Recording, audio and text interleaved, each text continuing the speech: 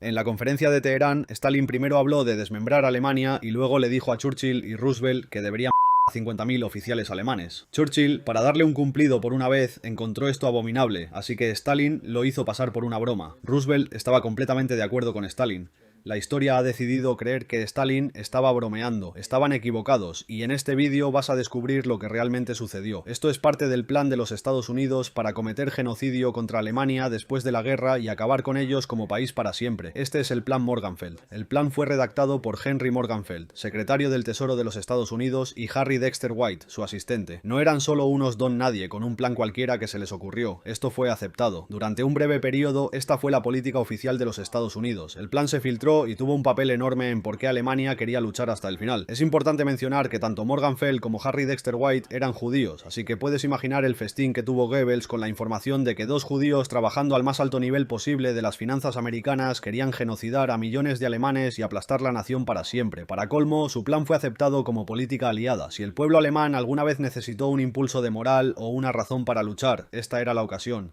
Para el pueblo alemán, era como si toda la propaganda nazi se hubiera hecho realidad, palabra por palabra. Después de la guerra, se descubrió que Harry White era un espía literal para la Unión Soviética, y que había muchas preguntas sobre Morgenthau, pero él era demasiado grande para ser tocado. De hecho, salió a la luz que Roosevelt, durante todo el transcurso de la guerra, estuvo rodeado de espías soviéticos. Es imposible poner en palabras en un solo video la medida en que Estados Unidos fue infiltrado por agentes dobles comunistas. El 4 de septiembre de 1944, en una sesión de planificación para la próxima conferencia aliada en Quebec, los dos hicieron referencia específicamente a la lista del mariscal Stalin de 50.000 alemanes que debían ser fusilados. Por alguna razón, la elaboración de los planes de posguerra para Alemania era asunto del Tesoro. Cuando la victoria aliada aparecía en el horizonte tras el éxito del desembarco de Normandía, la planificación del Departamento del Tesoro para la Alemania de la posguerra se convirtió en una fantasía de venganza enferma y retorcida. En la misma reunión se discute la cuota de muertes, en referencia al área industrial del Ruhr en Alemania. Morgenthau dijo lo siguiente: simplemente despojarlo. No me importa lo que le pase a la población. Tomaría cada mina, cada molino y fábrica y los destruiría. Acero, carbón, todo. Simplemente ciérralo. Estoy a favor de destruirlo primero y nos preocuparemos por la población después. ¿Por qué debería preocuparme por lo que le pase al pueblo alemán?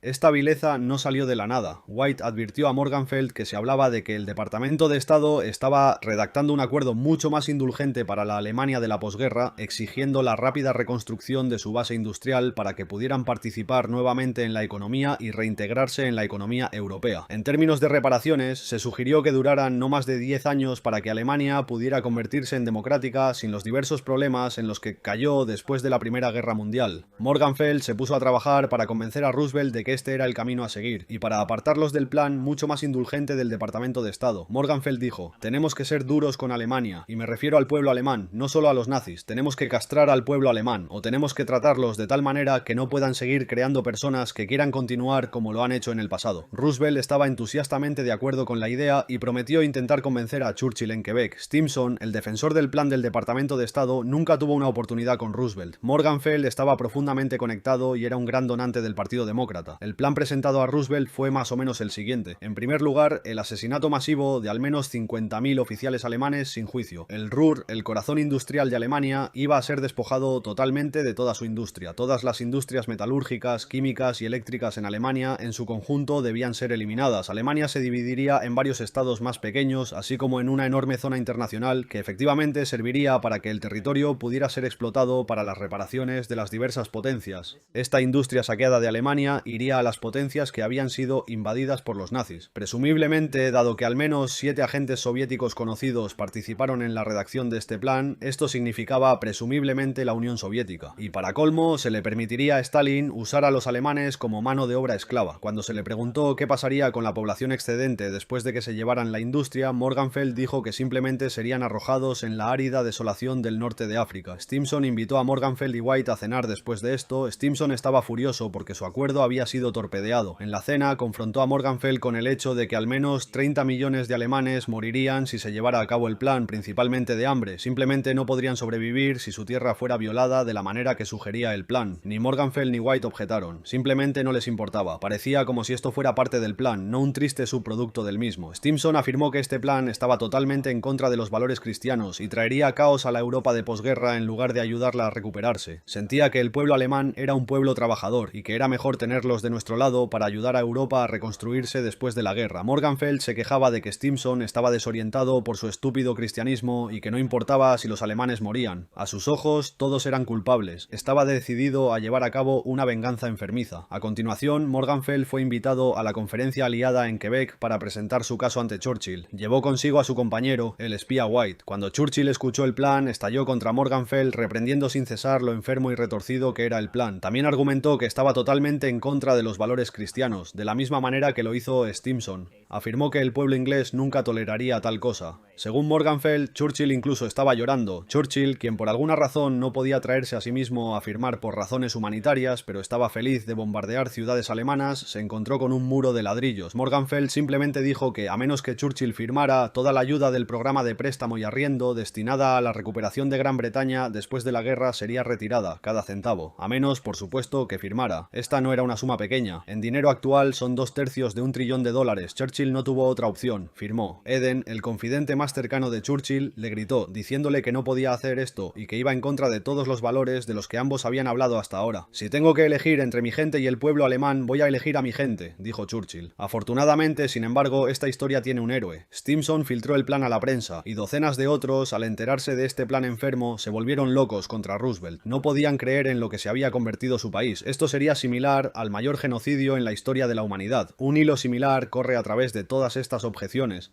Al igual que Churchill y Stimson, cualquiera con un mínimo de moralidad sentía que esto era absolutamente anticristiano. De alguna manera, parecía que Cristo estaba interviniendo para salvar al pueblo alemán. Ante este asalto, y la perspectiva de que esto estallara en su cara justo antes de una elección, se hizo el tonto. Le dijo a Stimson, de manera insensata, que no tenía la menor idea de cómo su firma había llegado a ese documento y que debió haber sido engañado cuando Stimson le mostró su propia firma en el documento. Uno de los principales objetivos de este plan era el ejército en todos los niveles. Debido a las noticias que llegaron a Alemania sobre el plan, la resistencia se había endurecido notablemente. El pueblo alemán no iba a dejarse empujar hacia la esclavitud y el hambre. Ahora lucharían hasta el final. Los miembros clave del ejército se volvieron locos con Morgenfeld, criticándolo por convencer al enemigo de seguir luchando, mientras el ejército intentaba convencer a Alemania de que la guerra había terminado y que debían de poner las armas. El gobierno estadounidense había creado, casi literalmente, lo que la propaganda nazi estaba advirtiendo. La fe en el Führer se volvió más fuerte que nunca. El plan fue retirado por Roosevelt. Sin embargo, fue una base para futuros planes. Después de que se firmara la paz en 1945, millones de alemanes seguirían muriendo después de la guerra de maneras no muy diferentes a algunos de los puntos del plan Morgenfeld. Eisenhower fue incluso uno de los mayores fanáticos del plan, pero gracias a la intervención de estos grandes cristianos, millones de vidas alemanas inocentes fueron salvadas, aunque Stimson no iba a